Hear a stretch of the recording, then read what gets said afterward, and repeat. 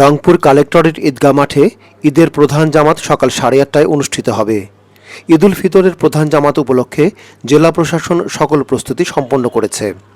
নামাজে ইমামতি করবেন রংপুর কেরামতিয়া জামি মসজিদের খতিব মাওলানা বায়েজিদ হোসাইন।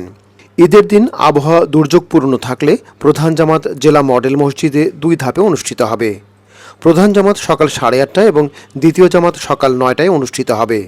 এছাড়াও RCCI স্কুল অ্যান্ড কলেজ মাঠে সকাল 8টায়, পশ্চিম নীলকণ্ঠ ঈদগাহ মাঠে সকাল 8:30টায়, পুলিশ লাইন্স স্কুল মাঠে সকাল 8টা, কেরামতিয়া মাঠে সকাল 8টা সহ ঈদ উল ফিতরের প্রধান জামাতের সময়ের সঙ্গে সঙ্গতি রেখে জেলার অন্যান্য ঈদগাহ ও মসজিদে ঈদের জামাত অনুষ্ঠিত হবে।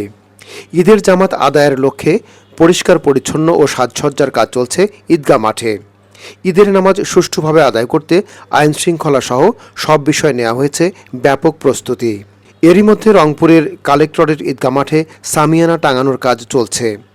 মাঠের পরিষ্কার পরিচ্ছন্নতার কাজ করছেন সিটি কর্পোরেশনের পরিচ্ছন্নতা কর্মীরা।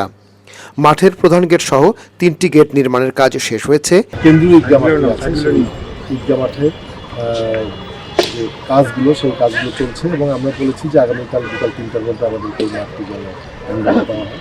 ওনারা বলেছেন যারা কাজের সাথে সম্পৃক্ত আছেন ওরা বলেছেন যে আগামীকাল বিকাল 3টার মধ্যে আমাদেরকে মাঠটি অনুদান দিতে। আশা করছি কালকের মধ্যে আমাদের মাঠটি নামাজের উপযুক্ত পরিবেশ তৈরি। জাতীয় ঈদগাহের মতোই রংপুর নগরীর ও জেলার বিভিন্ন প্রধান ঈদগাহে জামাতের প্রস্তুতি চলছে বেশ জোরে সোরে।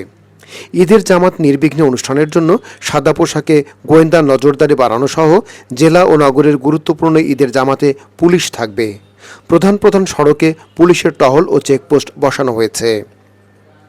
হারুনুর রশিদের তথ্য ও শামসুল হকের ক্যামেরায় মিজান তালুকদার, আপডেট টিভি।